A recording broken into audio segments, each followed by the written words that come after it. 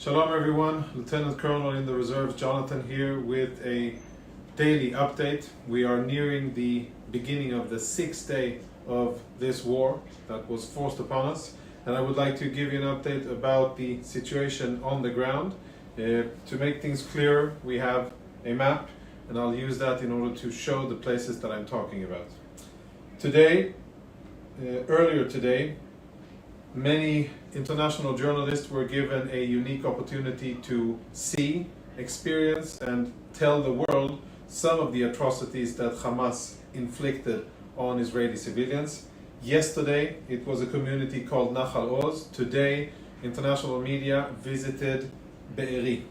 Kibbutz Be'eri, this is the Gaza Strip here, as I'm sure you're all too familiar. If we zoom in closer, we can see that if we zoom in and see the distance between the Gaza Strip here, the border, and our fence, and then we have Kibbutz Be'eri here. So quite a distance, not at all the closest community. Nahal Oz and Kfar Aza were much closer, but definitely one of the communities that was close. And today, I'll zoom in on the community itself. You can see the lush green trees, the grass, and the nice houses and agricultural areas. Unfortunately, that is no longer how Kibbutz Be'eri looks.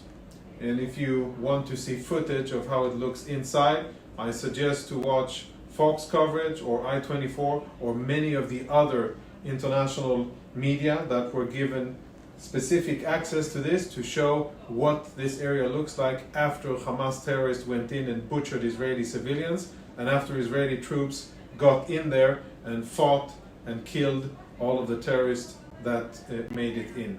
The scenes are out of a zombie movie. It's a war zone. And I've heard a seasoned war correspondent who, after walking there, described it as the worst thing he has ever seen. Nothing less. And that should tell you something how horrific the scenes were. So out of 1,000 people, Israelis who lived in this beautiful community, more than 100 were killed.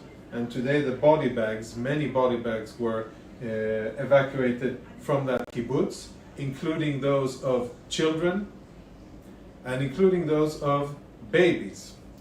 And we got very, very disturbing reports of that came from the ground that there were babies that had been beheaded. And I admit it took us some time to really understand and to verify that report. And it was hard to believe that even Hamas could perform such a barbaric act. But after eyewitnesses came forward and after a senior official in the Israeli coronary service, Zaka, came forward on record on CBS News and said, yes, I saw the bodies of beheaded babies, I think we can now say with relative confidence that this is unfortunately what happened in Be'eri. This is what Hamas did to Israeli civilians. There was bodies scattered everywhere, mutilated, women and children that were handcuffed and shot, executed, houses torched and burned, and people who were either burned inside or suffocated, those that Hamas couldn't get in and force them out. Those were the scenes in Kibbutz Be'eri, and in a sharp turn, I would like to go straight into the Gaza Strip and speak a little bit about Hamas, what Hamas has in the Gaza Strip and under the Gaza Strip, because there is much more than meets the eye and much more than what you see on news coverage of cameras that are gazing at the Gaza horizon, and all of a sudden there's a plume of smoke and perhaps a building collapses as a result of an Israeli strike. That doesn't tell the story of what's going on in Gaza. The story is as follows. This area, the Gaza Strip, is one of the densest populated areas in the world, about 20 miles from one end to the other, and about 9 miles in the widest location, and less than 6 in the most narrow.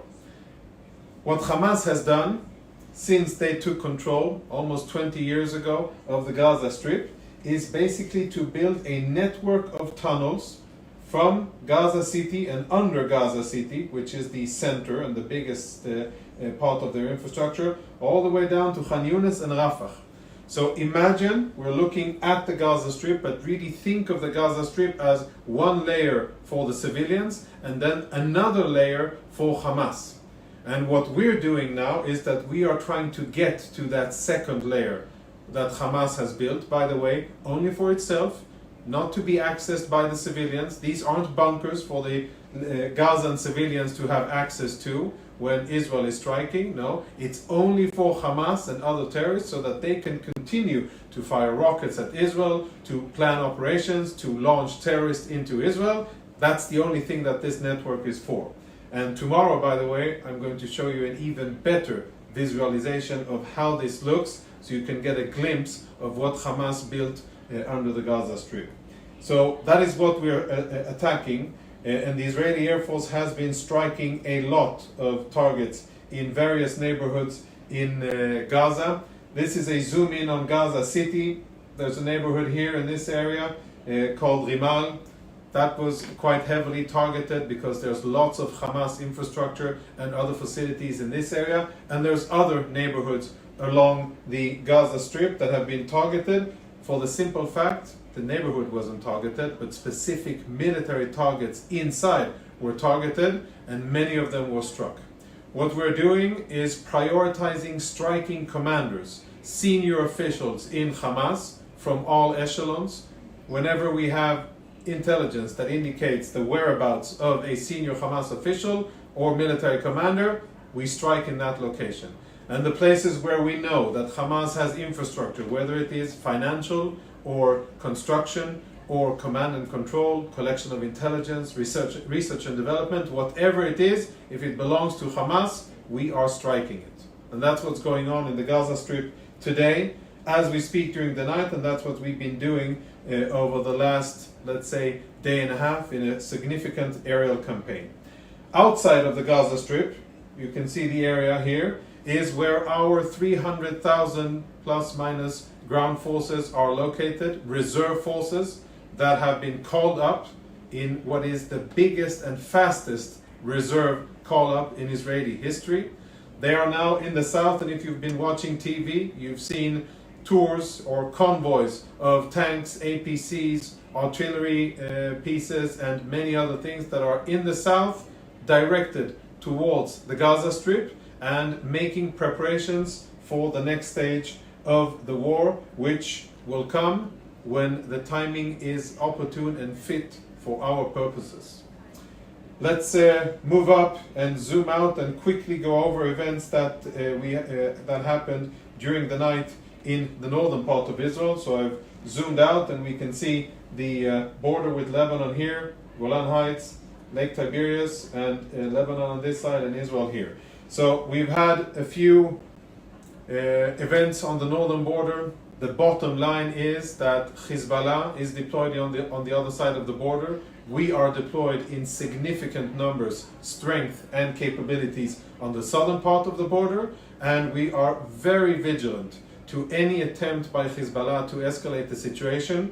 There was one attempt by Hezbollah. They fired an anti-tank missile yesterday, unfortunately wounded one soldier, but other than that, relatively stable on the northern front, and we are monitoring the situation there to make sure that it doesn't change.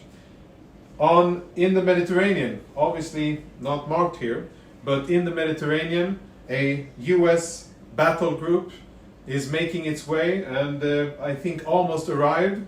I think they'll be positioned somewhere around here, northern part of Israel, along the Lebanese coast, at a safe and tactically wise distance from that area.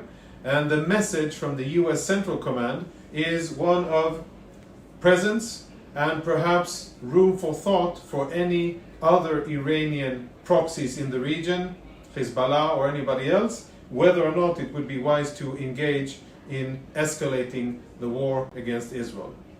So that is the situation on the sixth day as we begin the sixth day of fighting. It is now Thursday, the 12th, and we are nearing 5 a.m. and this is our daily update If you like this information, if you find it useful, share it with others so that they can see the truth from our perspective, understand what's going on our borders, and for you to get a glimpse of what's planned ahead and where things may evolve.